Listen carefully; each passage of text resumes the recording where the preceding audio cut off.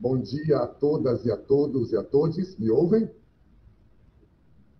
Bom, Ok. eu queria difícil fazer a minha autodescrição. Né? Eu sou um homem de 1,80 m de altura, sou careca.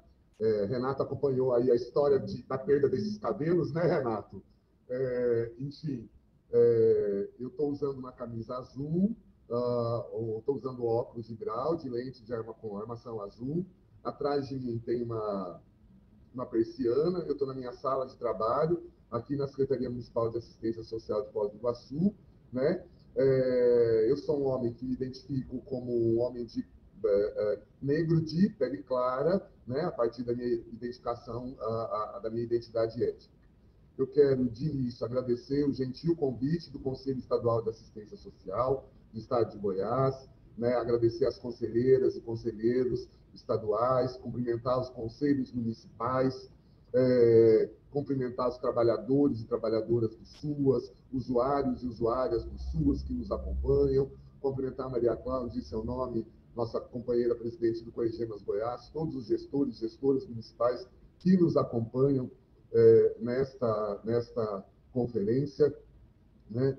E cumprimentar de forma muito especial meu querido amigo Renato, que há tantos anos tem a gentileza de dividir conosco todo o seu conhecimento, dividir conosco toda a sua trajetória. Enfim, eu sempre digo que é muito difícil falar depois do Renato, por todo o acúmulo que ele tem, né? Mas que, sem sombra de dúvida, nos apontou questões fundamentais para que a gente possa discutir, inclusive, o financiamento na direção e na perspectiva que o Renato apontou aí quando traz essa fala para dentro também da análise do controle social. E com isso, já quero demarcar a primeira coisa. A fala do Renato tem direção e concepção ética, técnica e política. Né? Não fala de qualquer lugar e não fala do controle social em qualquer perspectiva. Então, isso é fundamental para a gente entender. E eu quero tentar continuar nesta mesma lógica e com essa mesma garantia. Bom, como já foi dito, eu estou presidente do Colegiado Nacional de Gestores e Gestoras Municipais da Assistência Social. Então, é desse lugar que eu quero dividir e partilhar com vocês aquilo que nós estamos trabalhando e aquilo que nós estamos defendendo, apontando para a análise do ponto de vista do financiamento dos SUAS. Acho que isso é extremamente importante. Eu vou tentar compartilhar uma tela aqui com vocês, vou torcer para dar certo, porque eu tenho algumas dificuldades com isso, mas vou lá, só um minuto.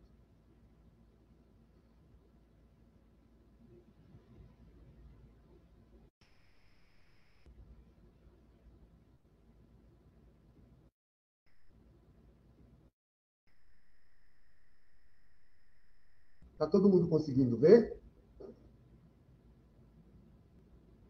Sim, Elias. Está dando certo? Visível. Então beleza. Eu vou continuar. Bom, o que a gente tem, obviamente, primeiro, acho que a primeira coisa que eu quero retomar é aquilo que o Renato parte dizendo sobre o tema por que nós retomamos o tema da conferência de 95, né? Tema da primeira Conferência Nacional de Assistência Social, a gente recupera esse tema, traz para dentro, né, a partir de uma determinada conjuntura política, considerando a crise social e econômica que nós temos vivendo e a crise política também.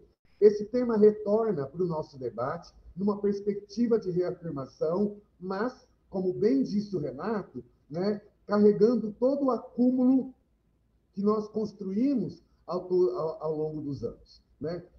Trazendo para análise todo o acúmulo do que nós fundamos e fundamentamos na perspectiva da proteção social no Estado brasileiro, em particular, aquilo que o Sistema Único de Assistência Social contribui do ponto de vista dessa proteção social, né?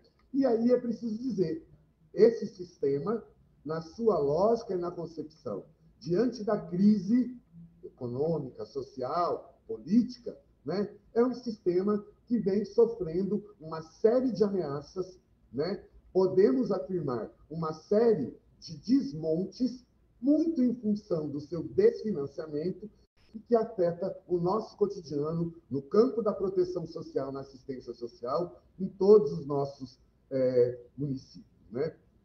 Por isso, a gente precisa retoma esses temas, né, tendo como ponto de partida aquela concepção de pacto social fundado na Constituição Federal de 88, desdobrado nos sistemas como o SUS, o SUAS, e nas regulações, nas políticas públicas de educação, saúde, né, trabalho, enfim, em tudo aquilo que a gente construiu e afirmou nessa perspectiva.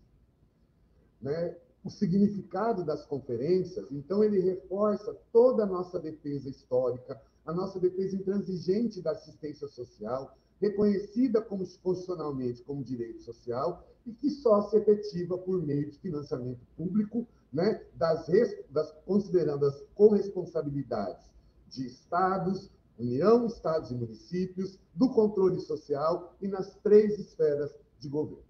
E aí, a gente precisa desenhar um pouco qual é o cenário de financiamento que nós temos para assistência social na conjuntura brasileira, inclusive para entender, né, e defender aquilo que nós entendemos que está constitucionalmente pactuado, né, no âmbito da defesa da política pública de assistência social.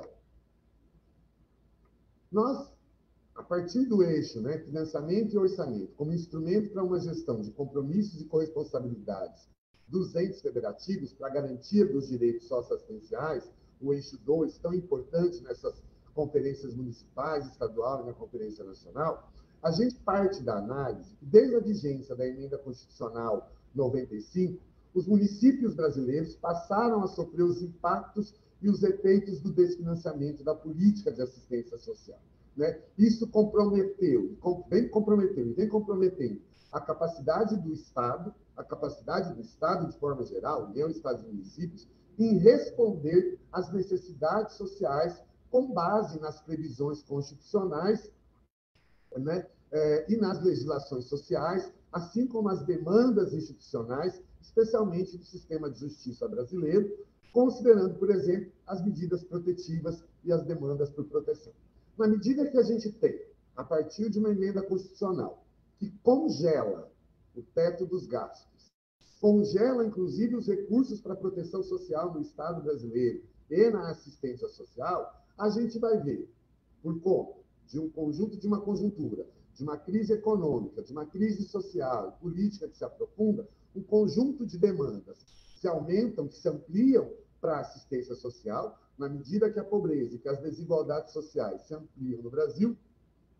É claro que essas pessoas, essa população, sobretudo a população mais pobre, periférica, população negra, é atingida pelas expressões da questão social, elas batem as portas das nossas unidades públicas, né? Os nossos equipamentos, as nossas unidades públicas, os nossos CRAS, os nossos CREAs, apresentando as suas necessidades sociais, né, na forma do eu preciso.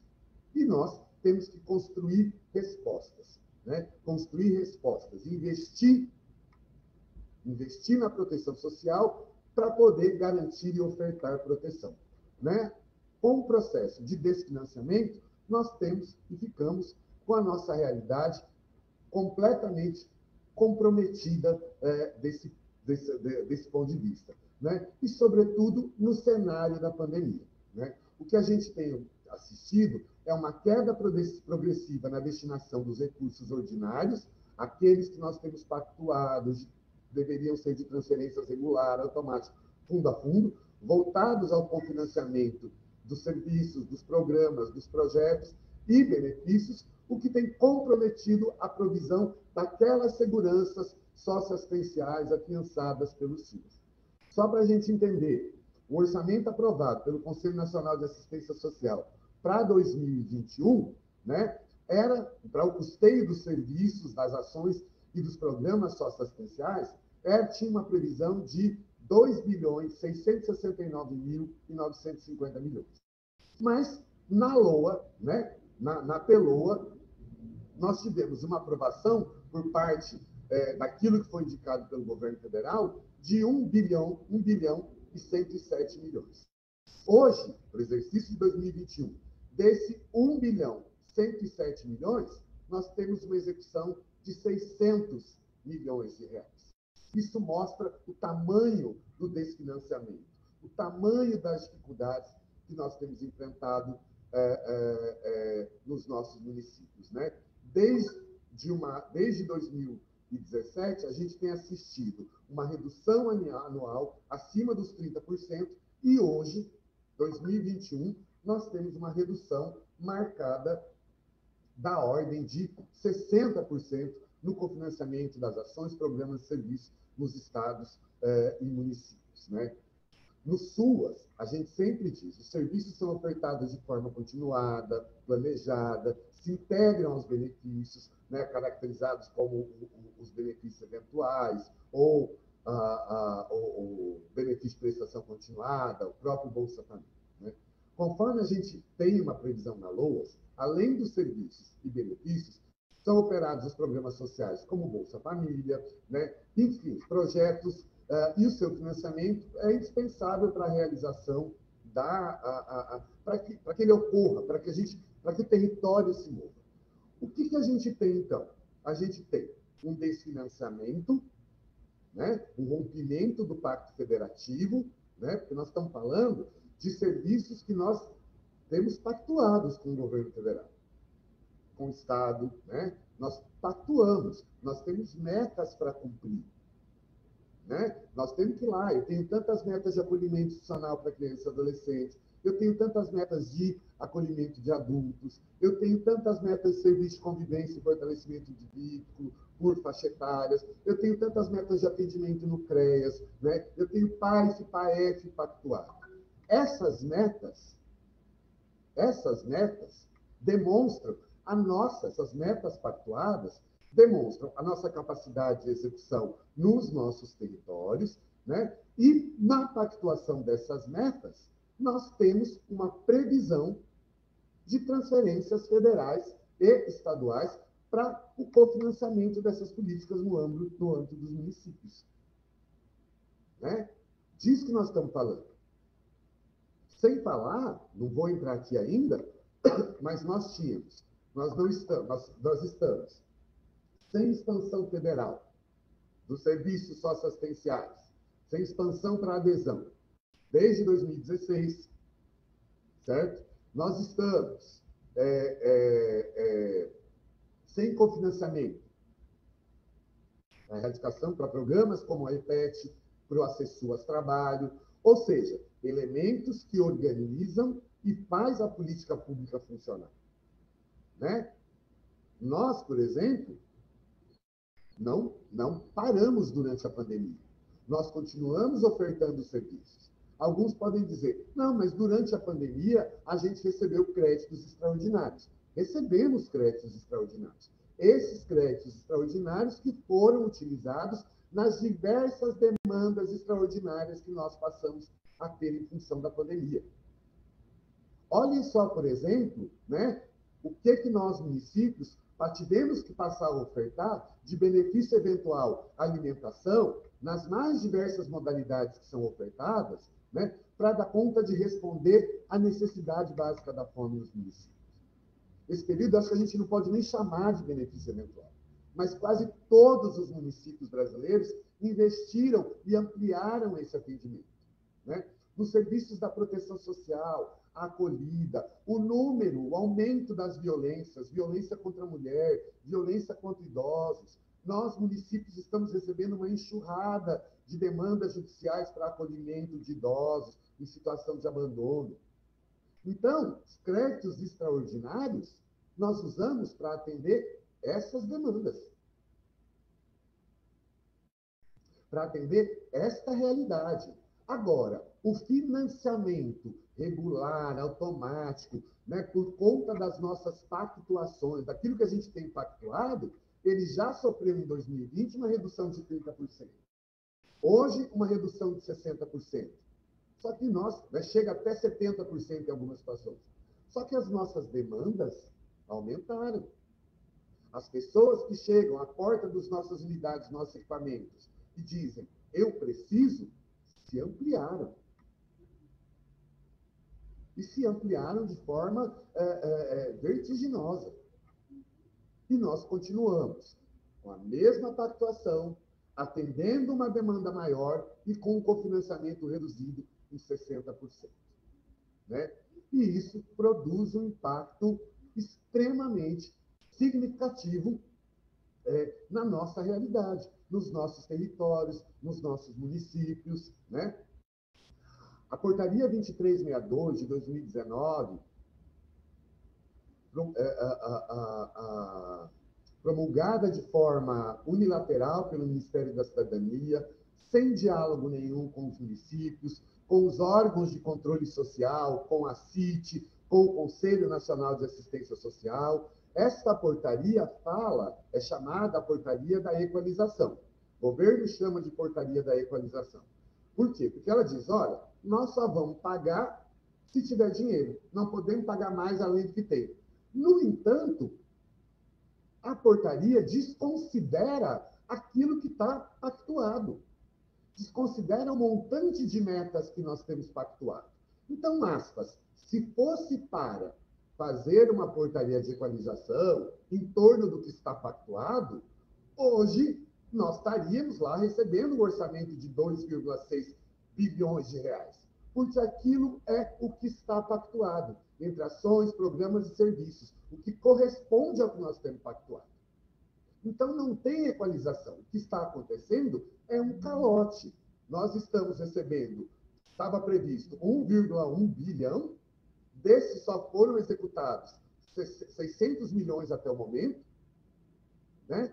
Então, a portaria 2362 regularizou esse calote nos municípios. E sinto muito, o termo é esse. Porque nós continuamos executando todas as metas pactuadas. Vejam bem, eu tenho serviço de acolhimento de crianças e adolescentes aqui, nós temos 90 metas.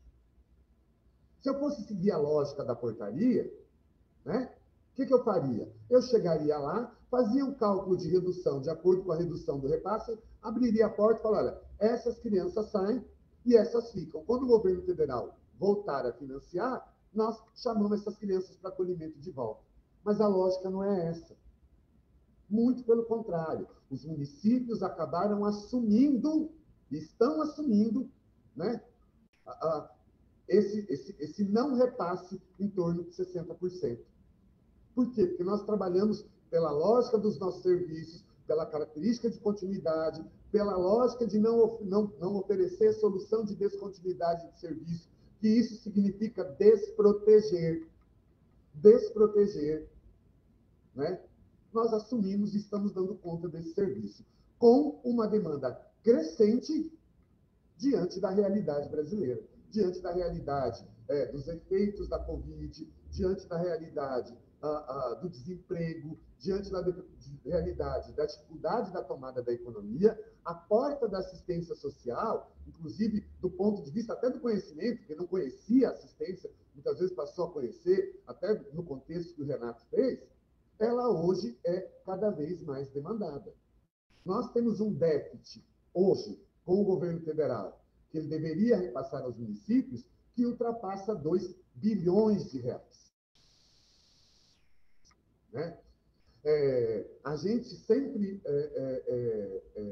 trabalha pela lógica daquilo que nós temos na Lei Orgânica da Assistência Social, né, e que estabelece que a gestão das ações na política pública de assistência social passaram a ser organizada de forma descentralizada, por um sistema participativo, né, e organizado por meio do SUAS. O financiamento da assistência social ocorre por meio de transferências automáticas, regulares, na modalidade fundo a fundo, mediante gestão compartilhada envolvendo os 3 entes. Né? E isso é fundamental para aprimoramento da gestão, para a execução dos serviços, para o andamento de programas e projetos, enfim. O que nós temos hoje é os municípios assumindo uma responsabilidade.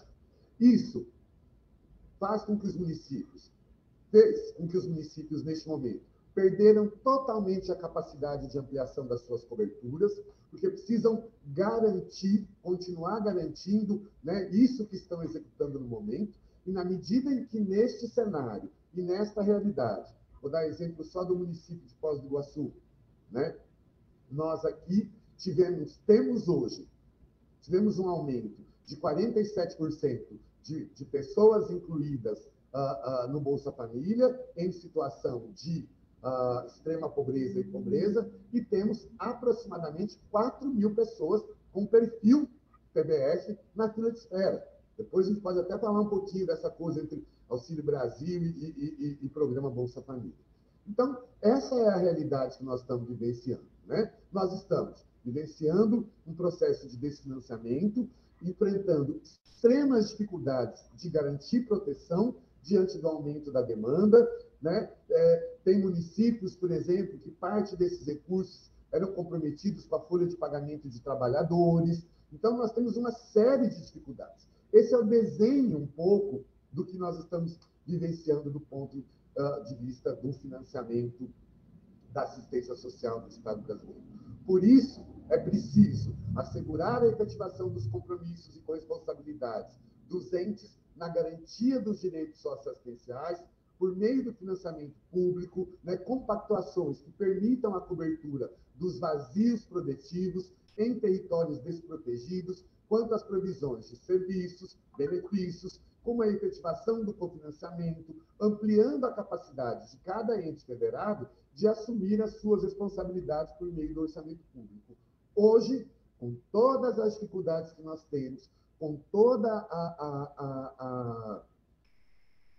as dificuldades financeiras de arrecadação que os municípios estão enfrentando, né? Sem generalizar, mas na sua grande maioria, quem está respondendo hoje por esta proteção social, quase que unilateralmente, são os municípios. A gente também precisa pontuar, né, que os estados sempre tiveram uma dificuldade para assumir o SUAS na sua integralidade.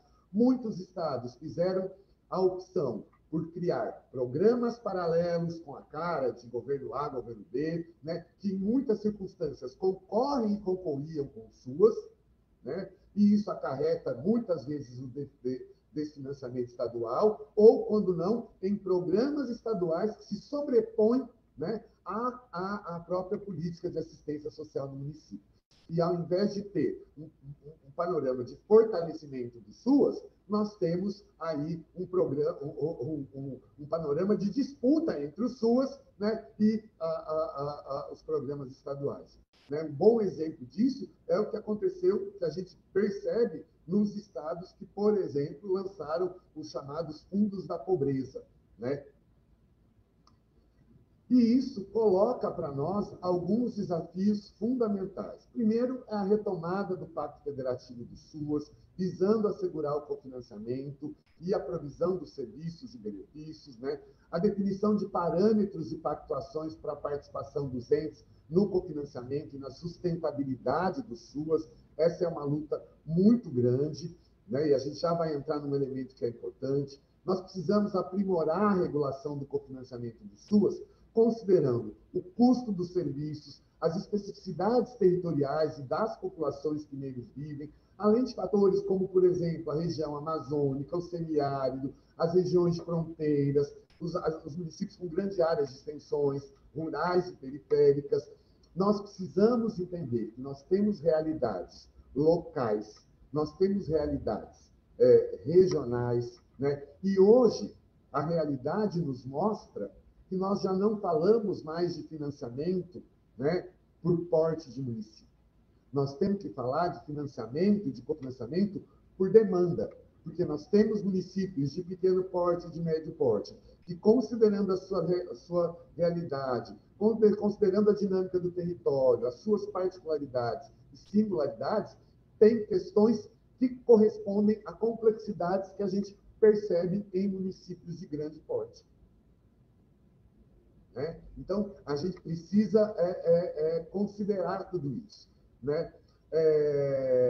Avançar nas ações junto ao Legislativo para que a gente possa enfrentar os limites da Lei de Responsabilidade Fiscal, né? Fortalecer a nossa luta política pela revogação da emenda constitucional 95, e que aí está agora, né? O debate dos precatórios aí levanta determinadas questões para a gente discutir. Quando o Renato pontuava essa questão de classe, no debate do teto de gastos, isso aparece agora. Quer dizer, para a proteção social, eu não posso furar o teto de gastos. Impossível, eu tenho que respeitar a lei né? a emenda constitucional. Mas para criar um benefício que é ausente de regulação, ausente de definição, sem pactuação, sem discussão com estados e com municípios, eu posso aí fazer um festival de emenda parlamentar em troca de uma aprovação. Espera aí pode furar o teto de gasto. Aí se torna imperioso entender que o teto de gasto nessa, né? E com todo o cuidado que o Renato disse. Né? A análise do Renato, tá bom, nós estamos trocando uma lei, nós estamos encontrando um programa consolidado, como é o programa Bolsa Família. Eu sei, por exemplo, quando a gente falar analisando uma família, porque cada família tem um elemento de valor agregado, seja porque é adolescente, porque a mãe é nutri, enfim, etc. Porque, mas é adolescente, por que vai receber tanto a mais? Porque nesse momento, essa fase especial da vida associada à vulnerabilidade comprovada, requer que ele tenha uma atenção melhor, uma atenção diferenciada. Nós temos os elementos científicos. Agora, não. Né? A gente não pode esquecer, o auxílio creche, por exemplo, que está lá previsto, é um enfrentamento e um desmonte anunciado da educação pública. A questão dos penduricários para Olimpíadas escolares, para Olimpíadas de Matemática, é uma situação, talvez a mais perniciosa dela, como disse o Renato, né, acaba no 31 de dezembro de 2022. Né? Nós estamos aí num forte movimento de defesa da PEC 383, né? A PEC apresentada pelo deputado Danilo Cabral, em 2017, e a PEC que fala da vinculação de 1% da receita corrente líquida da União para financiamento da assistência social. Né? A proposição é que estados e municípios sejam regulados posteriormente, né? A PEC indica isso, mas a aprovação da PEC, nesse momento, para nós, e a gente está entendendo uma janela de oportunidade, ela é fundamental. Ela é fundamental porque, com o desfinanciamento que nós viemos sofrendo desde 2016, né, por força da emenda constitucional 95, por exemplo, nós não podemos avançar naquilo que nós construímos como processo de expansão no plano decenal de 2016-2026. Até porque não se abriu o processo de expansão para adesão federal, para fazer expansão de serviços, programas e ações socioassistenciais. A vinculação da PEC precisa deixar claro que é esse recurso vinculado para programas, ações e serviços da assistência social. Certo? Isso hoje nos prevê um financiamento que é algo em torno de 6,5 bilhões de reais. Aí muitos vão dizer, nossa, mas aí tanto. Se a gente for olhar o processo de expansão que a gente planejou fazer a partir né, do plano decenal, é nesse patamar, para construir aquela expansão, projetar a nossa ampliação da capacidade de oferta de proteção social nos territórios, né? É disso que a gente está falando. E hoje, ainda mais, considerando os elementos agregados, os desafios agregados a partir da pandemia. Né? E isso por quê? Porque a gente vinha caminhando num processo crescente em que a nossa luta era universalizar serviços, integrar com benefícios, para ampliar a nossa capacidade de enfrentamento das desproteções e desigualdades. Né? Isso requer de nós assegurar serviços universais e continuados, integrados aos benefícios, programas e projetos, com expansões progressivas e continuadas. Quando a gente vive determinadas realidades, é que a gente olha e diz, tá bom, hoje aqui na minha cidade eu posso não precisar hoje, Mas em determinados municípios, a realidade vai levar a uma necessidade de expansão imediata, né, de um determinado serviço, de uma determinada ação, de um campo de proteção socioassistencial específico. E aí, uma coisa é reconhecer a emergência. A outra coisa é reconhecer quando essa emergência se torna, né, parte permanente que precisa de oferta de serviços permanente. Aquelas famílias, aquelas 4.000 pessoas que estão na fila do Bolsa Família aqui no município, não posso mais tratá-la como emergências. Elas fazem parte das necessidades que nós temos hoje de expansão de serviços. Certo? Né? O cenário que a gente tem é de aumento do desemprego, da pobreza, da fome e da desproteção social. Né? 13% dos trabalhadores ocupados no primeiro trimestre de 2020 estavam sem ocupação no segundo trimestre. Entre os que recebiam até o salário mínimo, 23% estavam sem ocupação no segundo trimestre. 31% dos trabalhadores domésticos perderam a sua ocupação durante a pandemia.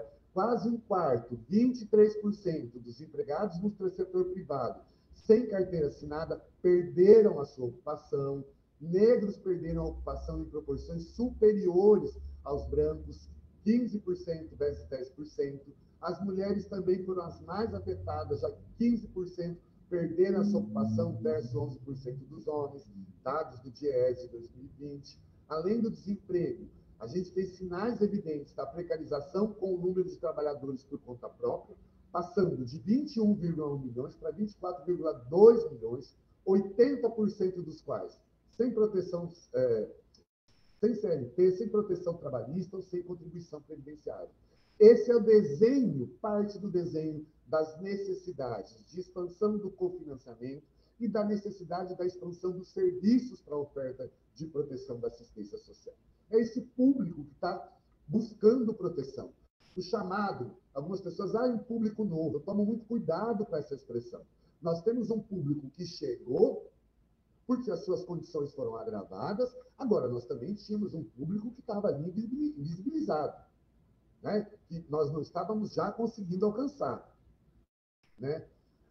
Essa acho que é uma dos retratos mais difíceis da gente olhar nesse período de pandemia, né? Segundo o Inquérito Nacional sobre Insegurança Alimentar no contexto da pandemia, mais da metade dos brasileiros, 116,8 milhões de pessoas, estavam em algum nível de insegurança alimentar. Destes, 19,1 milhões estavam num contexto de insegurança alimentar grave.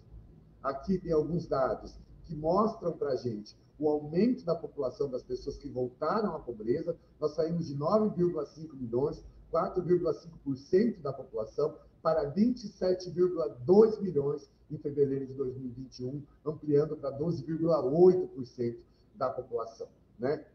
Então, nós temos aí um cenário que demonstra a necessidade da ampliação da nossa capacidade protetiva pela política pública da assistência social, a articulação com as outras políticas. Nós estamos assistindo agora um completo desmonte da Política Nacional de Segurança Alimentar e Nutricional.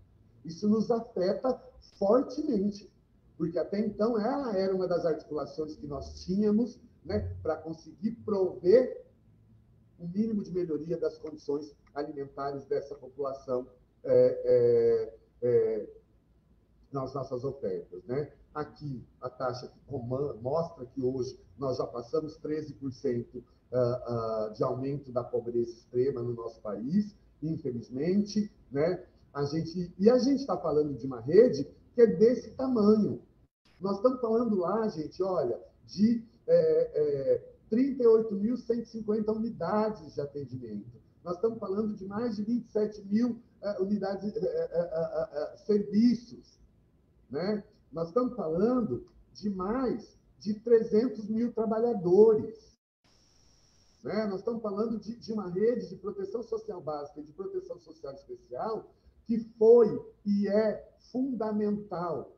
Eu costumo dizer, pelo que acompanhei no Brasil, nessa realidade, se não fosse o SUAS, nós teríamos um número de mortes muito maior do que o que nós vivenciamos. Infelizmente, os mais 600 mil mortes que nós já sempre nos solidarizamos dessa tragédia da pandemia.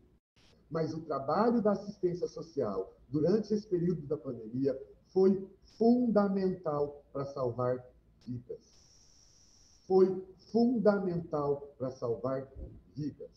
Né? E muito pela capacidade de articulação dos municípios, né, dos estados, porque as orientações nos chegaram nos estados e municípios muito tempo depois que a gente já estava se reorganizando, nos reestruturando para poder ofertar a atenção necessária diante da crise que se avolumava. Né? Aqui a gente tem a quebra orçamentária, como eu já disse, a gente tinha uma previsão de 2,6 bilhões apontada pelo Conselho Nacional de Assistência Social, né? No orçamento para 2021, 1,1 bilhão, e executados hoje algo em torno dos 600 milhões de reais. E é preciso alertar que né, no orçamento para 2022, nós continuamos com uma perspectiva de corte em torno de 60% dos recursos para o cofinanciamento da assistência social. Aqui só uma tela, o estado de Goiás, né, tem aí uma perda acumulada de mais de 33 milhões de reais, né, do cofinanciamento federal, que não chegaram a esse estado, que estão aí acumulados, né? Então, assim, e obviamente que isso incide sobre as ofertas municipais, né? Enfim, aqui alguns dados ainda do financiamento federal, que eu já falei. Aqui o que eu digo, na medida que a gente falou antes, né? Nós não temos o orçamento para a população, para atendimento da população de rua, acumula uma queda aí de mais de 40%, né? Ao trabalho infantil em 2020 e 2021 nós tivemos zero de financiamento, né? Para o fortalecimento do programa IPET, né? Para o Acessuas Trabalho nós também tivemos zero de financiamento, e são programas que serão fundamentais para a gente enfrentar, a contribuir no enfrentamento da pobreza e da miséria nesse país. Lembrando que enfrentar a pobreza e a miséria requer ações de Estado. A assistência social tem uma contribuição, mas nós precisamos de ter elementos fundamentais para fazer isso. Né? Então, nós temos aí, fortalecido por meio do Congemas, uma luta para ampliação desse cofinanciamento. Entendemos que a assistência social é uma conquista civilizatória da sociedade brasileira, e por isso a nossa luta por fortalecimento, sobretudo do financiamento, mas também da expansão, de uma proposta de programa de expansão, né, para que a gente possa dar conta de que a União e os Estados assumam a sua responsabilidade e a gente possa ampliar os nossos serviços no município, dessa necessidade latente. A gente tem realizado parceria com diversas parcerias estratégicas para fortalecer o papel dos municípios na pandemia, como foi com o Unicef, enfim, né? Nós temos aí hoje o portal Assistência Social nos Municípios, né, projeto SUAS em Número, que mapeia as ações de cobertura do SUAS no Brasil e as desproteções, mostrando como é que a ausência de financiamento nos afeta cotidianamente e mostrando quanto cada município tem investido, né, para dar conta de tornar a assistência social minimamente viável diante da realidade que nós estamos vivendo. Né? O portal aí é extremamente importante, a gente vai fazer o Cogemas de Goiás tem contribuído, feito uma divulgação, né? Nós temos denunciado, né, por meio de coalizões estratégicas em defesa da proteção social, a realidade do que a gente vive hoje, né, e nos somado às diversas lutas para a defesa do Estado, da democracia e da proteção social brasileira. Porque não é só assistência social. Nós estamos acompanhando isso na educação, na saúde, e o impacto disso nas vulnerabilidades das famílias é muito grande. E, principalmente, tendo SUAS como porta de entrada, as demandas tendem a aumentar. Né? tivemos aí, em diversos momentos, fazendo a incidência política na defesa da assistência social, do seu financiamento, denunciando as situações de violação que nós temos vivido, né? O desfinanciamento da assistência social é uma situação concreta de violação de direitos. Não há dúvida sobre isso, certo? Né? O fortalecimento de atividades junto aos estados, elegemos prioridades hoje, né, no fortalecimento da assistência social, né, no plano de lutas, que nós, a cada dia, coletivamente, por meio do COGEMAS e dos COEGEMAS, e também com a parceria dos conselhos estaduais, municipais, temos feito, né, para garantir que essa conquista civilizatória da sociedade brasileira resista, para que nós resistamos e para a gente construa, na perspectiva da direção social, democrática e, sobretudo, protetiva, com que nós construímos essa política ao longo dos anos, né, defendendo ações coletivas em defesa do SUAS, da Seguridade Social, universal e democrática, como nós a pensamos nesse processo histórico, a gente consiga obter aí vitórias, né? Que a gente espera que seja temporária, algumas a gente sabe que são temporárias, mas que a gente retome o fluxo da normalidade no campo do entendimento que os direitos sociais são uma conquista, que eles não podem ser colocados em jogo em qualquer mesa de negociação. Né? Eu espero ter minimamente apontado algumas provocações que possam levar vocês a discutir isso à tarde durante as propostas que vão organizar. Agradeço mais uma vez a gentileza, né? Espero minimamente ter chegado perto aí, Renato, do que você tão bem falou, e me coloco à disposição para as discussões. Muito obrigada, presidente Elias, pelas excelentes explanações. Nós só temos aqui uma pergunta no chat.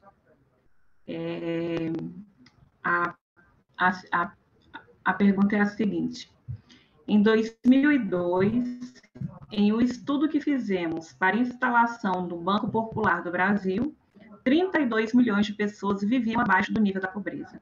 Como está isso hoje?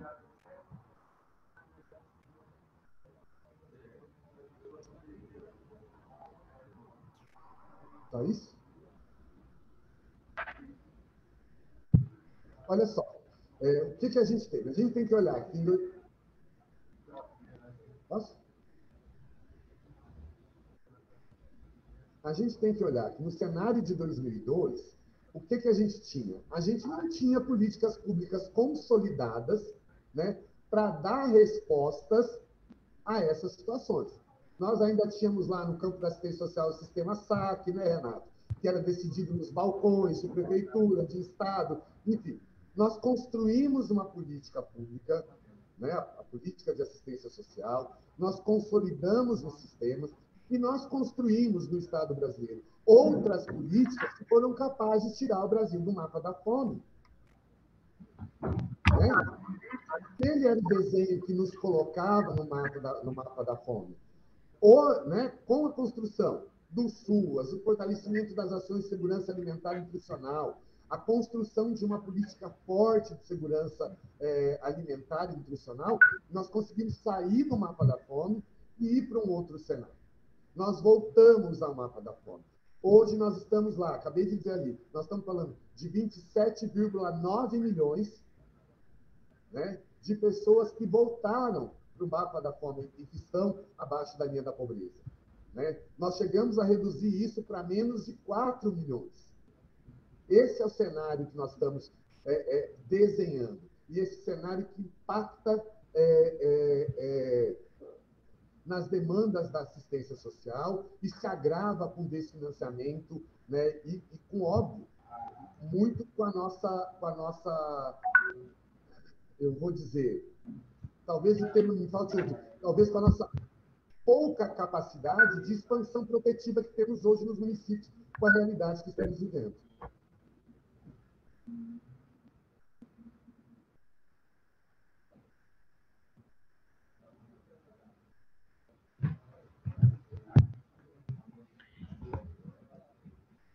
Agora, a nossa presidente Heloísa quer dar uma fala.